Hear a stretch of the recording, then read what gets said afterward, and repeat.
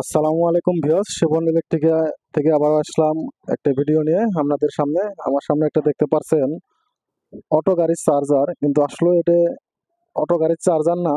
এটা আমরা অটো গাড়ির চার্জারের কোডটা ইউজ করে এবং কিসিংটা আমরা ইউজ করে এটা একটি স্টেবিলাইজার আমরা বানিয়ে নিয়েছি। এই জন্য এটা আমরা বানিয়ে নিয়েছি যে আমাদের এখানে গ্রাম অঞ্চলে এই প্রচন্ড গরমে কারেন্টের ভোল্টেজ থাকে হয়তো আছে আপনার 170-65।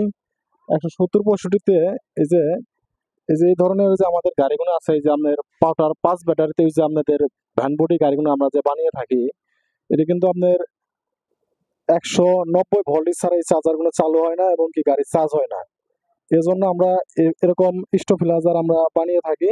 দেখেন, আপনাদের আমি দেখানোর জন্য ভালো করে দেখাচ্ছি। আমি দুটো মিটার লাগিয়েছি, একটা ইনপুট একটা আউটপুট, আর একটা আপনার 2 পিন সকেট, এটা আপনার চার্জারে নাইন নেওয়ার জন্য।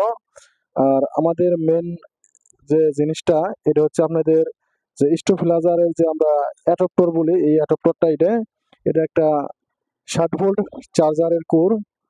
যে এটা কিভাবে কাজ করে এখন আমরা নাইন দিয়ে আমরা দেখাবো। এটা আপনার ইনপুটে কত পাবেন এবং কি আউটপুটে কত পাবেন। এই কারেন্টের নাইনটা দাও।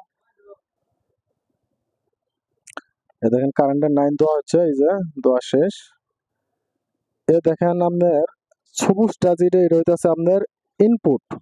ইনপুটে কারেন্টের ভোল্টেজ আছে হইতাছে ভাই 113, আর আউটপুটে ভোল্টেজ আছে হইতাছে আপনার 254।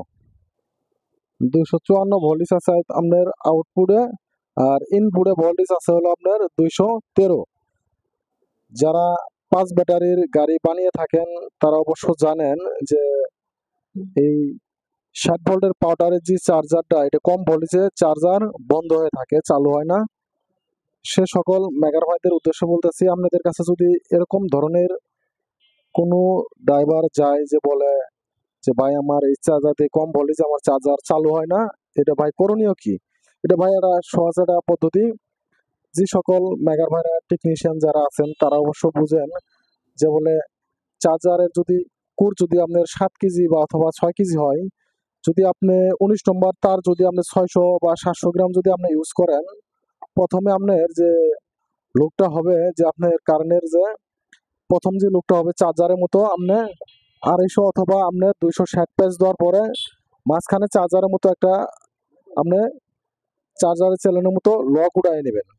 একটা লক উড়ানোর পরে আপনি আবারও 30 থেকে 40 পেজ যাওয়ার পরে আপনি যে লাস্টে যে প্রথম যে শুরু করছেন ওটা দিবেন আপনার কারেন্টের আর্থিং, আর মাঝখানে যেটা দিচ্ছেন ওটা দিবেন কারেন্টের পজিটিভ ভোল্টটা দিয়ে। আবার লাস্টের মাথায় যে আপনার একটা লুপ থাকবে, ওখানে আপনি ডিজিটাল মিটারে আপনি মাপ দিয়ে দেখবেন নিচিতে যে আপনি কারেন্টের চেয়ে কিছু হলো আপনি ভোল্ট বাড়তি পাবেন, 30 ভোল্ট অথবা 40 ভোল্ট আপনি বাড়তি পাবেন। এই যে দেখেন আমার এখানে আপনার 40 ভোল্টের মতো বাড়তি আছে, আপনারা দেখতে পাচ্ছেন।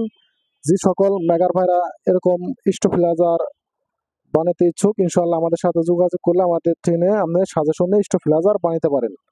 আমরা পাশাপাশি মিশুকের কন্ট্রোল বক্স, মিশুকের মোটর, এগুলো সব ধরনের কাজ আমরা করে থাকি।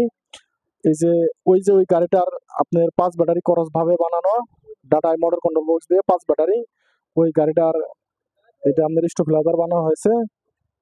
ইনশাল্লাহ আশা করি আপনারা বুঝতে পেরেছেন। আমার চ্যানেলটা সবাই সাবস্ক্রাইব করে দিবেন, লাইক দিবেন, শেয়ার দিবেন, আর কমেন্ট বক্সে আপনার মতামত আমাদের জানিয়ে দিবেন। ইনশাল্লাহ আশা করি আপনার কথার উত্তর দিতে চেষ্টা করব। এই বলে আমার ভিডিও শেষ করছি। ধন্যবাদ, সবাই ভালো থাকেন, সুস্থ থাকেন।